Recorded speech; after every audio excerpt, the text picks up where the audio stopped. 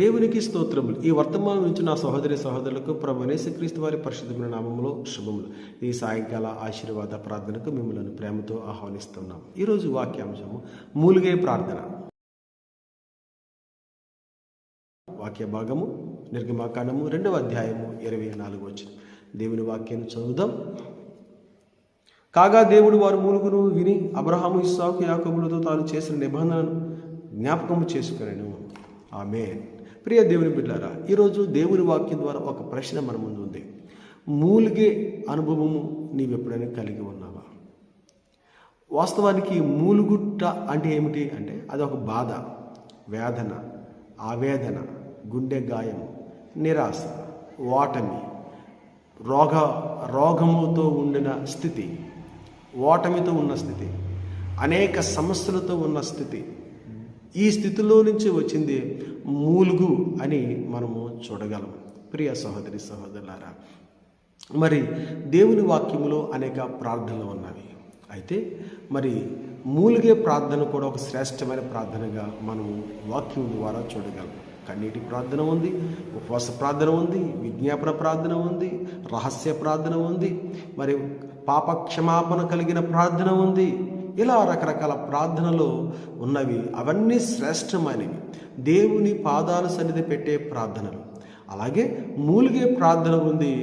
దేవుని మహిమను ఈ లోకమునకు భూమి మీదకి తీసుకుని వచ్చే ప్రార్థన, దేవుని ఆశ్చర్య కార్యాలను జరిగించగలిగే ప్రార్థన, దేవుని మహిమ కార్యాలు జరిగించగలిగే ప్రార్థన, గొప్ప బానిసత్వం నుంచి విడుదల పొందే ప్రార్థన మూలిగే ప్రార్థన. ప్రియ స్నేహితులారా, ఈ సందర్భం ఏంటంటే ఇశ్రాయేల్ ప్రజలు ఐగుప్తు దేశంలో 400 సంవత్సరాలు బానిసలుగా ఉన్నారు.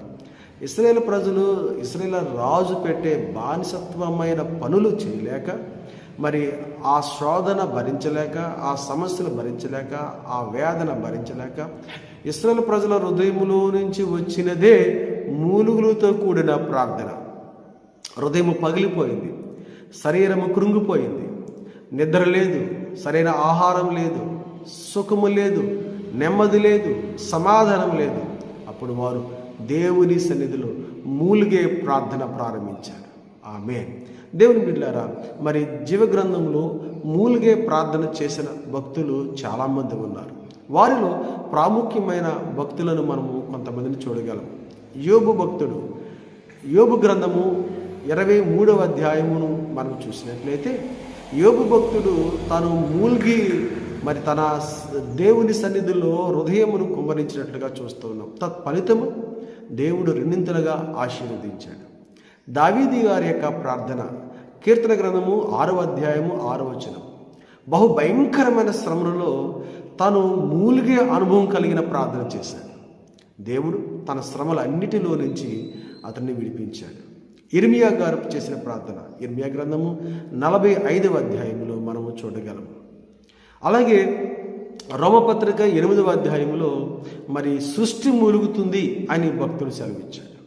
యేసుక్రీస్తు వారు మూలిగేను అని యోహాను సువార్త 11వ అధ్యాయంలో మనం చూడగలం. అలాగే పరిశుద్ధాత్మ ప్రార్థన, మూలిగే ప్రార్థన రోమపత్రిక 8వ అధ్యాయము 26వ వచనం. ప్రియ దేవుని బిడ్డలారా, వీరు అందరూ కూడా భక్తులు మూలిగే అనుభవం కలిగి వారి జీవితంలో ఊహించని, ఆలోచించని, అసాధ్యము అనుకున్న కార్యములను సాధించారు. దేవుని యొక్క సన్నిధిలో ఒక సాక్షిగా నిలబడ్డారు.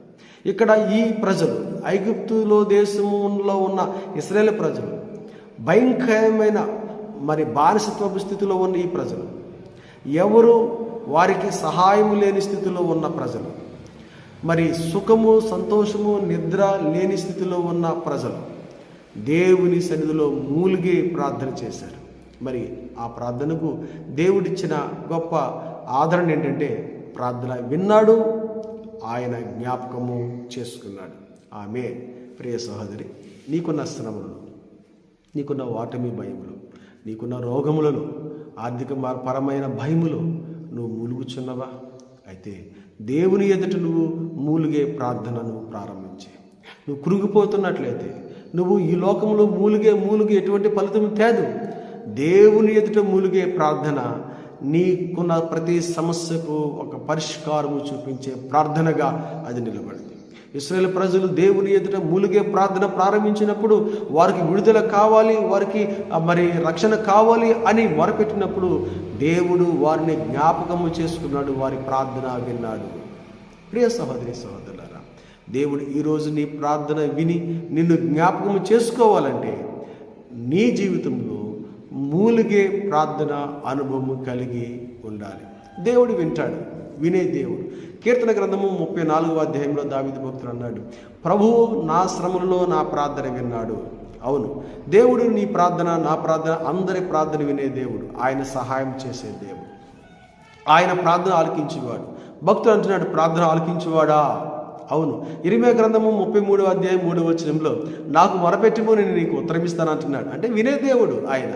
నీ ప్రార్థన వినే దేవుడు, నీ మూలుగు వినే దేవుడు. నీ కష్టమును, నీ దుఃఖమును, నువ్వు చెప్పుకునే ప్రతి యొక్క సమస్యను, మరి నీ హృదయంలో ఉన్న వేదనను, ఆవేదనను, సంతోషాన్ని కూడా వినే దేవుడు ఆయన. దుఃఖమే కాదు, సంతోషాన్ని కూడా వినే దేవుడు. ఆయన చెవులు వినగలిగే చెవులు, ఆయన వినే దేవుడు. ప్రియ సహోదరి, మరి ఆయన సన్నిధిలో మూలిగే ప్రార్థన అనుభవం నీకు ఉందా? లేకపోతే ఇదే అనుకూల సమయం, ఈరోజే దేవుడు నీతో మాట్లాడుతున్నాడు. నీవు మూలిగే అనుభవం కలిగిన ప్రార్థనను నీవు ప్రారంభం చేస్తే దేవుడు మీ జీవితంలో ఇశ్రాయేలు ప్రజలను ఐగుప్తు బానిసత్వంలో నుంచి విడిపించిన దేవుడు ఈరోజు నీ కుటుంబమును, నిన్ను, నీ స్థితిని భయంకరమైన ఆ కట్ల నుంచి, ఆ బంధకముల నుంచి, ఆ శరసాల నుంచి దేవుడు విడిపించడానికి సమర్థుడు. రెండవ ఆశీర్వాదము, ఆయన జ్ఞాపకము చేసుకున్నాడు. హన్నను దేవుడు జ్ఞాపకం చేసుకున్నాడు. మొదటి సమూయేలు గ్రంథము 1వ అధ్యాయం 9వ వచనం, పిల్లలు లేక బహుభయంకరమైన మరి హృదయ వేదన కలిగి గుండె గాయమై దేవుని మందిరంలోకి వచ్చింది ఆ స్త్రీ. దేవుడు హన్నాను జ్ఞాపకము చేసుకొనెను అని రాయబడింది వాక్యం. ఆమేన్. దేవుడు ఈరోజు నిన్ను, నీ పిల్లలను, నీ కుటుంబాన్ని జ్ఞాపకము చేసుకొనును గాక. హిజ్కియా ప్రార్థన, 2వ రాజుల గ్రంథము మనం చూసినట్లయితే రాజైన హిజ్కియా తన రోగమును బట్టి దేవుని సన్నిధిలో కన్నీటి ప్రార్థన చేయగా మరి దేవుడు హిజ్కియాను జ్ఞాపకము చేసుకొనెను అనే మాటను మనం చూస్తూ ఉన్నాం. జ్ఞాపకం చేసుకొని ఆయుష్ని పెంచాడు దేవుడు. ఈరోజు నీవు చేసిన ప్రార్థన జ్ఞాపకము చేసుకొని దేవుడు మీకు ఆయుష్నిచ్చునుగాక. ప్రియ స్నేహితులారా, మరి ఆలస్యం దేనికి? రండి, మనమందరము కలిసి మూలిగే ప్రార్థన అనుభవం కలిగి దేవుని సన్నిధిలో గొప్ప ఆశీర్వాదాలు పొందుకుందాం. ఎన్ని ఆటంకాలు కలిగినా, ఎన్ని శోధనలు కలిగినా, ఎవరు ఏమన్నా, ఈ బానిసపు సంఖ్యలు పోవు, నీకు నీ బ్రతుకు మారదు, నీ స్థితి మారదు, నీ కన్నీళ్లు తొడవబడవు అని ఎంతమంది నీ ముందు నిలబడినా నీవు దేవుని ముందు నిలబడి నీ కన్నీటి ప్రార్థన, మూలిగే ప్రార్థన, నీ హృదయము పైకి పలికే ప్రార్థన కాదు, హృదయంలో నుంచి వచ్చే ప్రార్థన, మూలిగే ప్రార్థన కలిగి నీవు దేవుని సన్నిధిలో ఉన్నట్లయితే దేవుడు అసాధ్యమైన కార్యమును సాధ్యం చేసి నీ జీవితంలో గొప్ప ఆశీర్వాదములను కలుగు చేస్తాడు. అలాగే దేవుడు మిమ్ములను, మీ కుటుంబంలోను దీవించును గాక. మూలిగే ప్రార్థన అనుభవంలోనికి పరిశుద్ధాత్మ దేవుడు మనలను నడిపించును గాక. ఆమేన్. ప్రార్థన చేద్దాం. తండ్రి, మీకు వదనాలు. ఈరోజు ఉదయం నుంచి సాయంత్రం వరకు మమ్మల్ని కాపాడు. ఈ రాత్రి మంచి నిద్ర, ఆరోగ్యం దయచేయండి. మీ వాక్యం ద్వారా మాకు మూలిగే ప్రార్థన అనుభవం కావాలి అని మీరు మమ్మల్ని హెచ్చరించినందుకు వదనాలు. ఇంతవరకు అలాంటి ప్రార్థన జీవితం మాలో లేకపోతే మమ్మల్ని క్షమించండి. ఇక నుంచి మూలిగే ప్రార్థన అనుభవం కలిగి మీ సన్నిధిలో జీవించడానికి కృప చూపించండి. యేసయ్య నామములో ప్రార్థిస్తున్నాం తండ్రి. ఆమేన్.